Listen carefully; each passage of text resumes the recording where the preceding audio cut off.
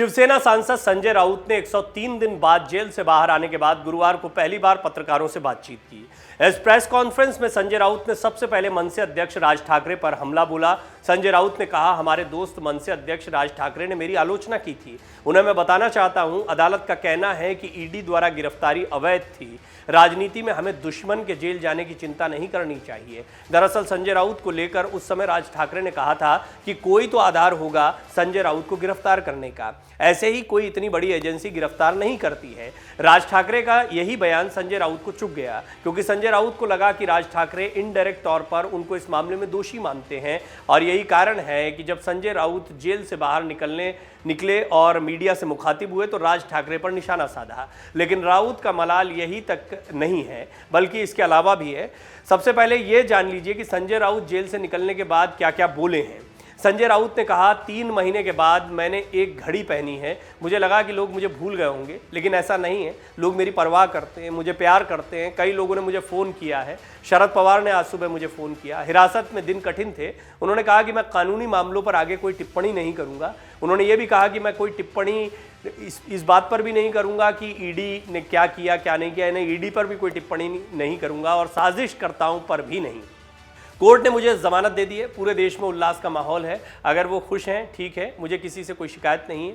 मुझे जो सहना पड़ा मैंने सहा। मेरे परिवार को भुगतना पड़ा, मेरी पार्टी को भुगतना पड़ा, बहुत कुछ खो दिया। राजनीति में ऐसा होता है, लेकिन इस तरह की राजनीति देश के इतिहास में कभी नहीं हुई। हो सकता है कि दुश्मन के साथ भी ऐसा न हुआ हो। मैं किसी को दोष नहीं दूंगा, मैं सिस्टम को दोष नहीं दूंगा।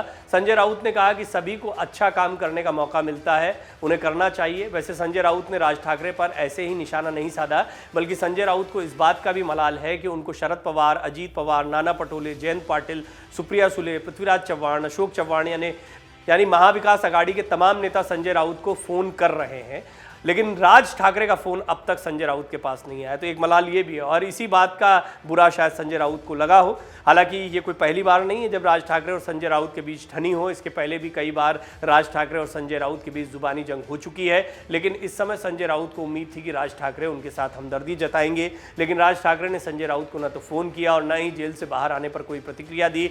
लेकिन इस नाराज़गी के पीछे की वजह है लाउड स्पीकर विवाद पर संजय राउत का वो बयान, जिसमें संजय राउत ने कहा था कि प्रभु राम के दर्शन के लिए कोई भी अयोध्या जा सकता है, बस दिल में श्रद्धा होनी चाहिए। ये कोई राजनीति का विषय नहीं है। राज ठाकरे ने अपना दौरा स्थगित किया क्योंकि वहां के सांसद बृजमोहन सिंह ने कुछ सवाल खड़े कर दिए थे। शायद उसका जवाब उन्हें नहीं मिल पाया। लेकिन आदित्य ठाकरे 15 जून को कई शिव सैनिकों के साथ अयोध्या दर्शन के लिए जा रहे हैं।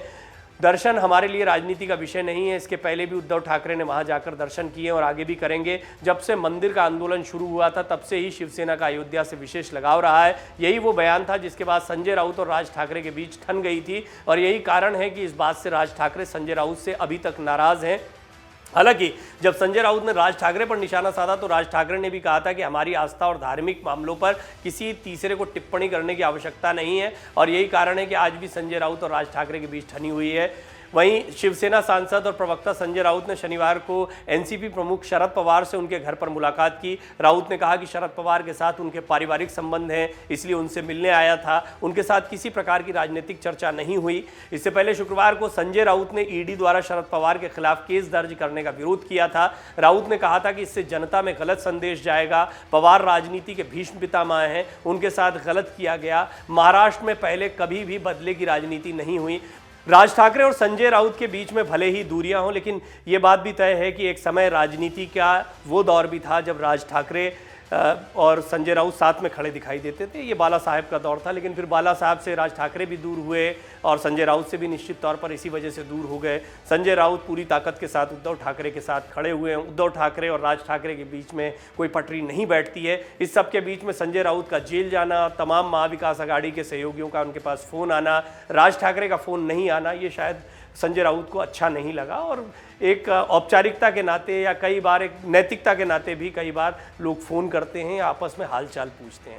बहरहाल संजय राउत अपने वापस आने को, बेल मिलने को एक बड़ी जीत के तौर पर रखना चाहते हैं। निश्चित तौर पर शिव सैनिक और उद्धव ठाकरे भी यही प्रयास करना चाहते हैं। अब देखना होगा कि संजय राउत के आने के बाद उद्धव ठाकरे कितने मजबूत होते हैं और संजय राउत आगे अपने धारदार हमलों को कैसे आगे बढ़ाते हैं। हालांकि कई चीज़ों पर अभी वो सद कर बोल रहे हैं, जमानत पर बाहर आए हैं। निश्चित तौर पर कई चीज़ों की कंडीशंस होती हैं जब आप जमानत पर बाहर आते हैं। आप जांच एजेंसी के बारे में कुछ कहें या इस पूरे मामले के बारे में कुछ कहें, इस पर आपको बचना पड़ता है। हालांकि इससे पहले वो काफ़ी कुछ कहते रहे। उद्धव ठाकरे ने भी अभी केंद्रीय एजेंसियों को पालतू बता दिया सरकार का। तो इस तरह के बयान उद्धव ठाकरे की तरफ से आ रहे हैं, लेकिन संजय राउत इस पर बच कर बोल रहे हैं। अलबत्ता उन्होंने राज ठाकरे पर यह जरूर कहा है कि दुश्मनों के बारे में ज़्यादा नहीं सोचना चाहिए।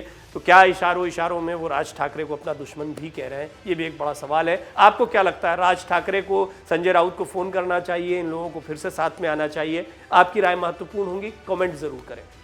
अगर आप ये वीडियो YouTube पर देख रहे हैं तो हमारे चैनल को सब्सक्राइब करें और बेल आइकन को दबाना ना भूलें। अगर आप Facebook पर ये वीडियो देख रहे हैं तो हमारे पेज को लाइक करें।